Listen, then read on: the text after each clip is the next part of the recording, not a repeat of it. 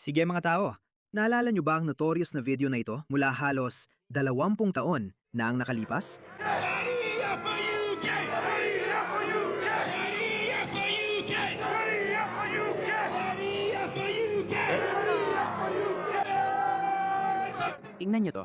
Oh, tingnan nyo to. Hindi ko alam kung mukha siyang walang magawa o parang, bahala na. Kaya maraming mga tinatawag na lipstick Muslim at mga Islamist propagandist, tulad din ng Mehdi Hasan o Bursha Sheikh. Sinasabi nila, ito ay isang 20 taon ng video na parang wala na ang problema ngayon. Hayaan yung surpresahin ko kayo. Oh, sa totoo lang, hayaan yung surpresahin ko ang... Sa totoo lang, wala namang surpresa dito. Alam nila ang ginagawa nila. Tingnan nyo to. Kakalabas lang ito nitong weekend. Tingnan nyo to. Ayokong mapabilang sa kanila. Kami ay Muslim at sinusunod namin ang propeta Muhammad sallallahu alaihi wasallam. Tingnan mo ang parehong pulis. Ano? Parehong pulis. Parehong reaksyon. Ayos lang yan. Wala namang dapat makita dito. Pero sinusunod namin ang batas ng Sharia at sinusunod din namin ang batas ng bansang ito gaya ng sinabi sa amin ni Allah. Sharia lang ang sinusulong namin. Ang mga tao ay hindi ko alam. Hayagan nilang sinasabi na hindi nila tinatanggap ang batas ng UK. Hindi nila gusto ang sistemang British. Gusto nila ng Sharia. Gusto nila ng Sharia dahil sila ay mga Muslim. Kaya sa madaling salita, Sharia para sa UK. Mabilis ko itong hinanap. Sabi ko, ano ang kahulugan ng sedisyon? Oo, ito ang kahulugan ng sedisyon. Gawa o pananalita na naghihikayat sa mga tao na mag-alsa laban sa autoridad ng isang estado o monarka sa kaso ng UK. Kaya tinanong ko si ChatGPT. Sabi ko, anong nangyari? May batas ba tungkol sa sedisyon o pagtataksil ng UK? Sedisyon? Wala na. Inalis na nila mga kaibigan. Inalis na nila. Mayroon pa ring batas tungkol sa pagtataksil pero alam mo, paano mo mapapatunayan ang pagtataksil? Kaya sa madaling salita, ang mga kanluraning liberal na demokrasya natin ay parang nakatali ang sarili nilang mga kamay sa pagharap sa mga taong ito. Pero ang mas malaking punto na gusto kong iparating dito ay ito. Gumamit si Tommy Robinson ng mapanuksong mga salita. Sinabi niya, mga inbred na Pakistani sa lansangan ng UK na sumisigaw na wala silang pakialam sa batas ng Britanya. Ang gusto lang nila ay Sharia. Hulihin sila at ipadeport. Kaya masasabi mo na maraming Muslim ang lalabas at magsasabing, hindi, wala kaming kinalaman sa mga taong yan. Nirerespeto namin ang batas ng Britanya. Mga ekstremista ang mga taong yan, bla bla bla. Pero hindi. Tingnan mo ang naging reaksyon nila. Ang tanging salita na napansin niya mula sa tweet na ito ay inbreds. Kaya may problema siya sa salitang iyon lang, pero wala. Wala siyang problema dito. Ginawa na nilang malinaw kung sino sila. Ginawa na nilang malinaw kung ano ang gusto nila. Ito ang gusto nila. Tingnan mo ito. Ito ang Afghanistan. Namumuhay sa isang mundo kung saan ang mga babae ay hindi pwedeng magsalita sa publiko kahit sa isa't isa. Sa Afghanistan ngayon, ito ang malupit na realidad para sa maraming babae. Sa ilalim ng pamumuno ng Taliban, tingnan mo ito. Tingnan mo yung lalaking ito. Tinitingnan niya siya ng may pagnanasa. Tingnan mo siya. Tinitingnan pa rin niya siya ng may pagnanasa. Wala siyang nakikita kundi mga daliri lang sa paa niya siguro. Tingnan mo siya. Sa ilalim ng pamumuno ng Taliban, halos lahat ng pangunahing kalayaan ay nawala. Hindi pwedeng magsalita ng malakas ang mga babae sa publiko kahit pa sa ma-RNA-ibigan nila. Bawal silang lumabas ng bahay ng mag-isa at kailangan nilang takpan ang buong katawan mula ulo hanggang paa na wala ni isang hibla ng buhok na makikita. Kahit ang mga babaeng tagapagbalita sa TV ay kailangang magsuot ng maskara. Bawal sa mga batang babae ang mag-aral lampas elementarya. At kapag nagkasakit sila, madalas hindi pa sila makakita ng doktor. Halos wala nang natitirang babaeng doktor at hindi pinapayagan ang mga lalaking doktor na gamutin sila. Bawal din ang pampublikong palikuran. Ang mga bintana sa bahay, natatakpan para walang makakita na may babaeng nakatira doon. Noong una, moderno at masigla ang Afghanistan. Pwedeng mag-aral, magtrabaho at malayang magsalita ang mga babae. Ngayon, marami sa kanila ay tanging sa telang lambat ng burka na lang nakikita ang mundo. Kaya ang mga larawang ito ay mula pa noong dekada 70. At noong maikling panahon ng 20 taon na ang mga Amerikano ang namahala, nagawa ulit ang mga babae ang mga iyon. Malaya ang mga babae noon. Pero pagkatapos, lahat ng mga bansang Muslim na ito, pati na ang mga Islamistang propagandista na nakatira sa UK, tulad din na Five Pillars at Roshan M. Saleh at Muhammad Jabs, at lahat ng mga taong ito, ipinagdiwang nila ang muling pagsakop ng Taliban sa Afghanistan. Ipinagdiwang nila yon. At ito ang gusto nila ngayon. Ito ang dahilan kung bakit lahat ay nag-aalala tungkol sa pangyayaring ito. Bakit na ba walang dapat matakot? Ang alkalde ng London ay isang Muslim. Ang alkalde ng Birmingham ay isang Muslim. Ang alkalde ng Oxford ay isang Muslim.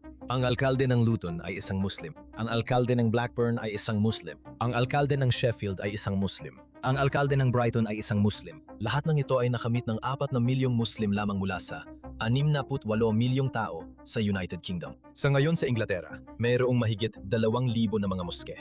Mayroong mahigit 100 Sharia court sa Inglaterra at may higit sa 50 Sharia Council. 78% ng mga babaeng Muslim ay hindi nagtatrabaho at tumatanggap ng suporta mula sa Estado at libreng tirahan.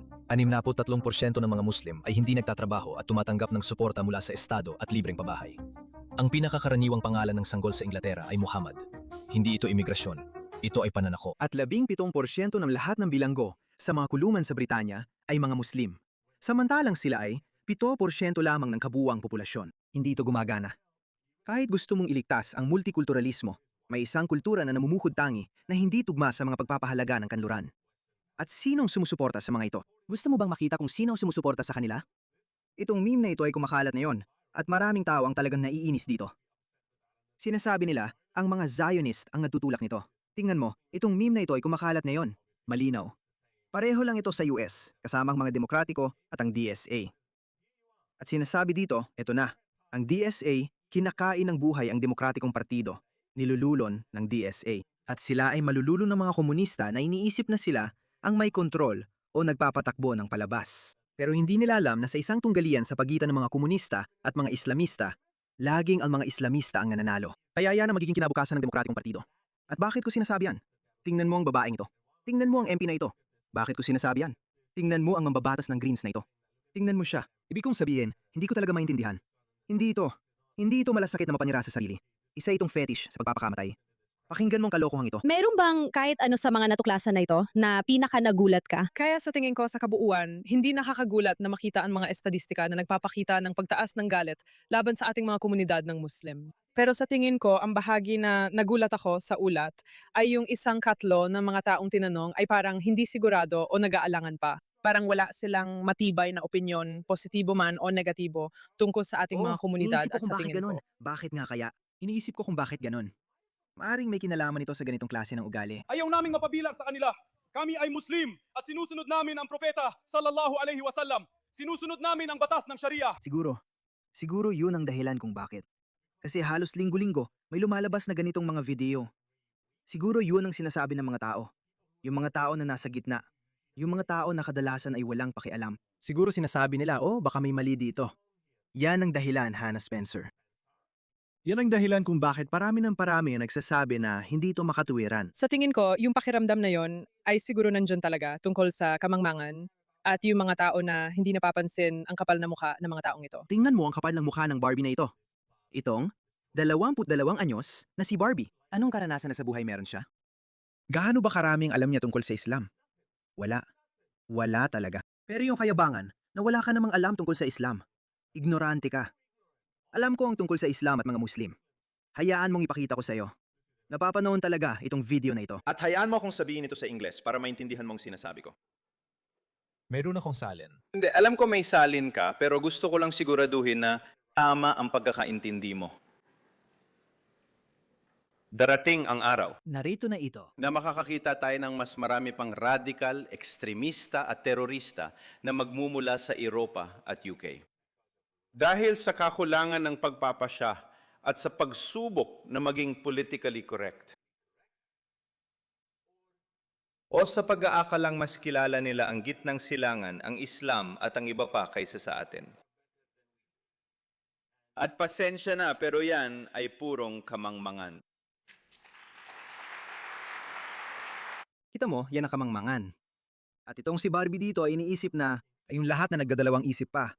Ewan ko, galit na talaga ako. Bakit kayo nagdadalawang isip? Dapat hindi. Dapat aktibo kayo. Dapat sabihin ninyo, hindi.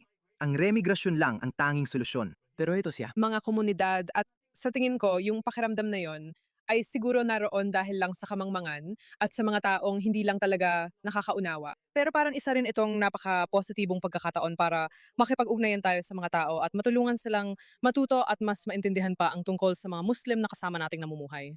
Kaya meron bang kahit ano sa mga natuklasan na ito na medyo nagulat ka? Wala. At para maging tapat sa'yo, sa tingin ko, mas malala pa ito kaysa sa nakasaad sa ulat. Dahil ginagawa ko ang trabahong ito, pumupunta ako sa mga moske. At simbahan at nagbibigay ng kaalaman tungkol sa dulong kanan. Kaya pumupunta ako sa mga moske at simbahan at nabibigay ng kaalaman tungkol sa dulong kanan. Kaalaman tungkol sa dulong kanan. Paano naman ang kaalaman tungkol sa mga ekstremistang Islamista? Wala. Walang solusyon mga kaibigan. Utang ina, sige. Hindi ko na ipapatugtog ang natitirang bahagi ng video at paiinisin kayo dahil napapainis din ako. Kaya sa isang banda, may mga Briton na Muslim na nagsasabing gusto nila ng Sharia. Hindi nila nirerespeto ang batas ng Britanya. Bumubuo sila ng mga milisya. Pakinggan mo ito. Nabuo na namin ang aming Manchester Community Watch na may higit sa 130 na bripikadong miyembro pero hindi kami titigil doon. Nasalukuyan akong kumukuha ng aking SIA lisensya dahil gumagawa kami ng isang kumpanyang pansiguridad para matiyak na ligtas ang lahat sa aming komunidad. Gusto ko magbigay ng malaking pasasalamat sa Regent Security Force sa pagpunta mula pa sa Blackburn para magpakita ng pakikiisa. Sama-sama, gagawa tayo ng pagbabago. Oo nga, Sif naman. Kaya parang gumagawa sila ng mga milisya sa kunwari mga ahensyang pansiguridad. At pinili pa niya yung 2 Muslim mula sa Blackburn. Ganito ang itsura ng Blackburn.